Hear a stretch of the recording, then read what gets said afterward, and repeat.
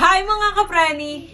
So ayan kapreni, medyo malayo yung cellphone, kaya ang boses ko ay medyo malakas para marinig. Dahil dyan, ano ba yun? Napabili na nga ako nitong wireless lavalier microphone para hindi ako sumisigaw ng ganito kalakas para marinig ako. Ganon. Susubukan ko nga ito kapreni. Kahit nandito ako, hindi ako sisigaw para marinig ako. Sige, tatry ko. I'm so excited. Mura lang ang pagkakabili ko dito kapreni. O, diba, nasigaw tayo. Para marinig lang at medyo malayo nga ang cellphone. At dahil meron na tayong ganito, hindi na ganito kalakas ang boses kapag magsasalita. Dahil meron ng microphone. Dahil meron ng microphone. Nasigaw. Asawa ko. So, eto siya kapreni. Isa lang ang binili ko dahil isang cellphone lang naman ang ginagamit ko at mag-isa lang naman akong nagbablog. Ay, nahulog pa. Ito ang charger.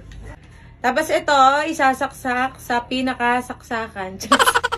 Ilalagay sa, isusuksok sa cellphone. Ito yon. Ano ba yung tawag dito? O yun. Di muna binasa kung ano tawag dito. Kabod na lang nag-vlog. Tapos ito ang mic. Pwede mo siyang ipit sa damit. Ayan. Ayan. iPhone nga yung ginagamit ko. Ganito ang binili ko. Hi mga kapreni. So ayun na nga. Gumana na. Kanina. Ang dami ko nang nasabi sa video. Hindi pala nagana. Sinarge ko. Nagana. Ay sus. Lobat pala. Maganda ba ang boses ko kapreni? Sabihin nyo kung maganda. Sabihin nyo kung pangit. Hindi ako magagalit. Walang magagalit. Tris! Ito yung asawa kong pinakamahal. Hi, Daddy Chester.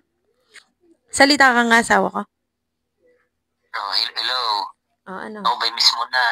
Oo naman. Miss na kita. Mahal ko yung asawa kong yan.